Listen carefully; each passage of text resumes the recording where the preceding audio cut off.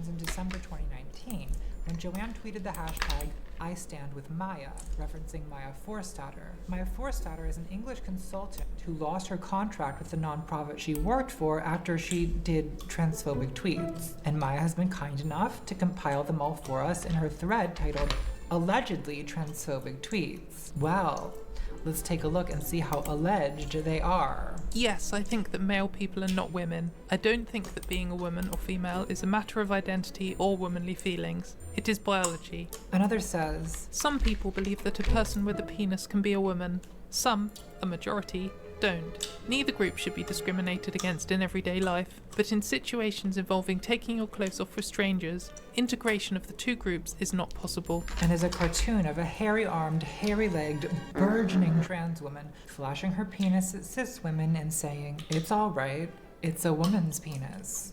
So we're looking at a standard transphobia starter pack. Everyone born female is a woman, everyone born male is a man, trans women are predators who prey on women, and I'm being oppressed for speaking the truth. Is this what you want, Joanne? You want to put the sorting hat on humanity and divide us up into little houses? Well, what if I'm a Gryffindor trapped in a Hufflepuff's body? What then, Joanne? What then?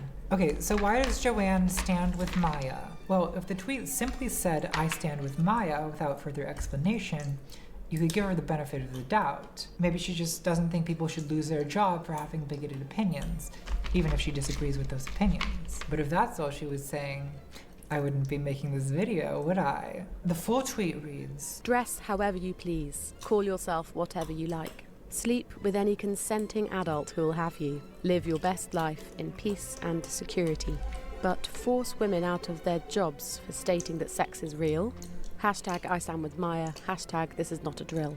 Now I'm guessing that to most people, this tweet at first glance doesn't seem transphobic.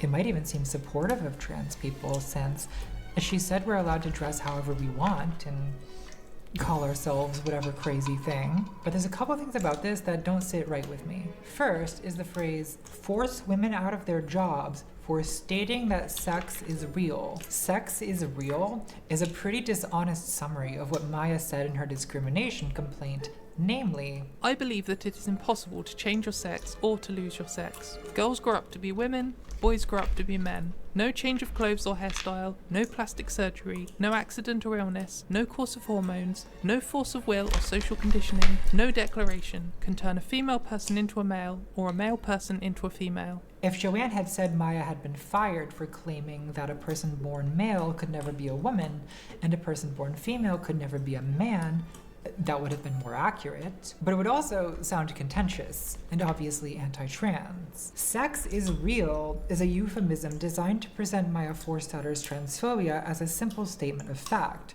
basic common sense, which only crazy activists and ideologues would oppose. Transphobes love to play this game where they pretend that trans people just don't understand basic biology. That's our problem. As if I didn't start taking female hormones because I'm acutely aware that my body is not the same as a cis woman's body, that sex is real. You will never be a woman, Nathan.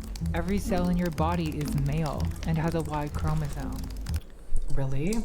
That's crazy. How'd you learn so much about science? You know, I don't really feel the need to have a second X chromosome. I get by with one. All right.